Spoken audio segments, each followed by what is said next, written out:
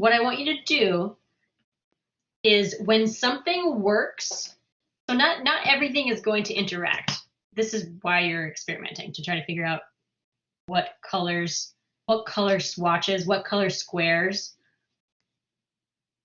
are going to change for you. The position of these lighter cream color squares on these backgrounds might do something different than if I switched the colors up and I positioned them on red and a duller green. What you're looking for is basically, okay, so see the center line between your colors?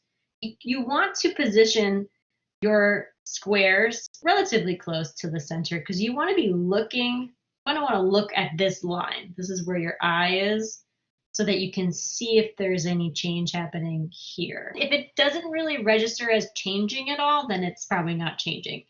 But as you're looking in the center here and it looks like this one color is now 2, then there has been a change. I would suggest using both the paint swatches from the hardware store and your own swatches for sure.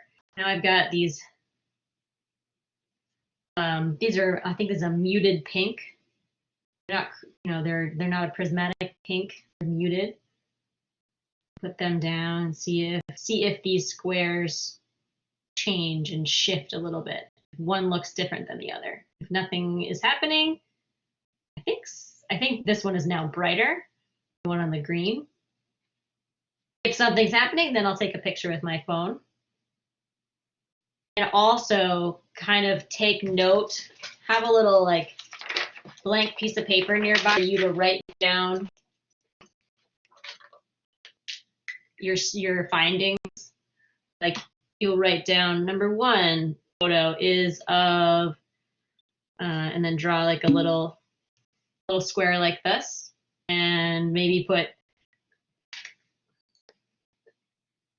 like the color, what the color of the background was, red, like a medium red and green. These are my background colors. And then the swatch I was using was a muted pink. It could get confusing later when you're looking at your photo. So it's good to have a little have some documentation of what you're doing, kind of in a list. And then if it shifted for you, like describe what happened. Put a little star down here and write the pink on the left looks darker, or whatever it might be, okay? After you make your little list and then you do your studies, you just keep going. You're like, all right, cool, I did pink on those. I'm not gonna move I'm gonna try this, see if it works. These little cream colors on there. Okay, I'm done with that. That didn't work. I'm gonna go to this. Just keep doing it. Just keep doing it. Switch the backgrounds up, switch the squares up, the color of the squares, and you'll figure it out. You should get to at least like 6 or 7 different changes, 7 different color interactions happening for yourself. What I want you to do is to have your grayscale nearby so that the color squares that you used that worked in a combination and it sort of changed for you, I want you to figure out what the value is for these colors. Okay, so this color is like a turquoise. What I'm going to do is I'm going to put them up to my grayscale that I have, and I'm going to figure out what value this color is. And remember, we did this, obviously, we did this a lot to try to figure out our collages. So I put the color down on my grayscale and I line it up, kind of move it along. It's definitely not a 5 because it's 5 looks too dark. Move it over to a 4, and now it looks like it's kind of blending, like the green and this gray are equivalent. If I were to take out the color of this green. And now that I know that I think it's a 4, I'm just going to write the number 4 on the back, just so I have documentation of what value this is that was interacting with the colors in the background. And what you see is different than what I would see in your photo, right?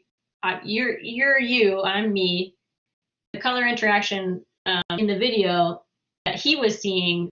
You can kind of see some of them changing, but they're so subtle, and you have to be in the right lighting. This is really just a very personal experience for you because you'll be able to see things shift, and it's be very, very exciting. Again, this is really going to work if you have a variety of little squares, meaning the saturation levels are all very different. You have some dark greens and some bright greens, some dull greens, some bright oranges, some dull oranges, bright and dull. Go bright and dull, and then in between. Saturation levels, a variety of saturation levels. You don't, if they're all prismatic bright colors, this is not going to work. Like right now, I have a dark green background and a light green background, and I put down, this is like a purpley, bluish, gray color. And what I noticed from this, and it's really a personal experience. If you were here and looking at it, you'd be able to notice it, and it's hard on the camera. The one on the left is a lighter version of that color, and the one on the right got darker. But then I hold them up together and they look exactly the same. I hold them up together and then I put them back on the backgrounds again. And there's definitely a change. There's a shift